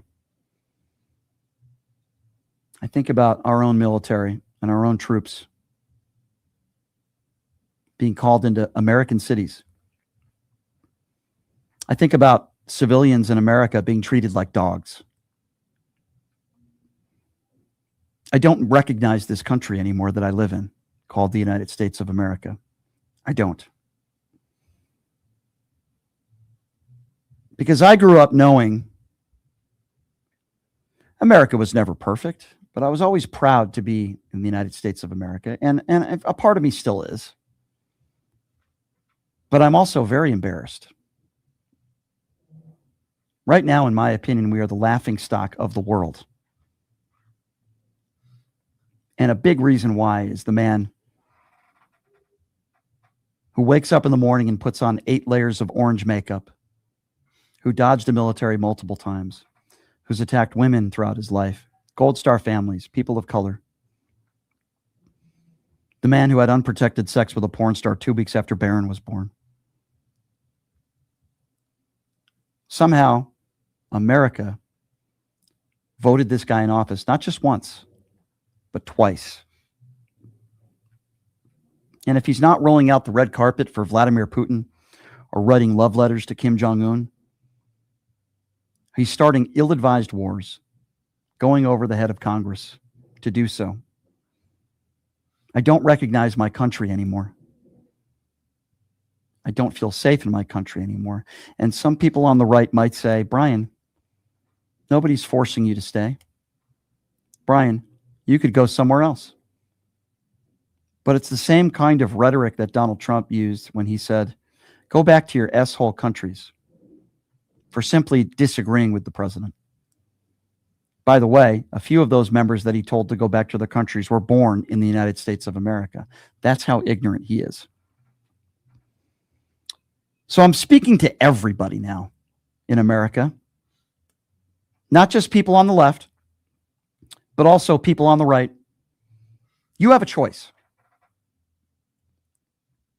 You could either support a dictator, support a war criminal, support a felon, support a liable sexual abuser, or you can be on the right side of history. You can love what this country was founded on, with immigrants. You can love the fact that we have something called freedom of press. You could love the fact that we live in a democracy and we want to keep that. Or you can continue to support Donald Trump, and history will show that you're wrong. So if you have kids or a mirror, try looking at yourself in the mirror when you wake up and say, who do I support? Do I support a regime full of hatred and bigotry? Will I support a regime that wants to rip up many parts of our Constitution? Or am I going to be on the right side of history?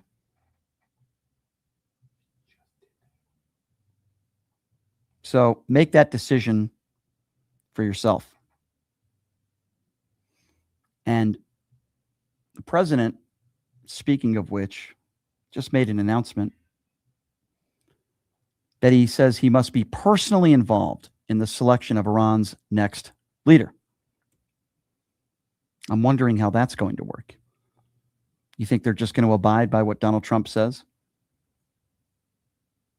They're going to put boots on the ground. And you're dealing with people that will not negotiate with the United States of America.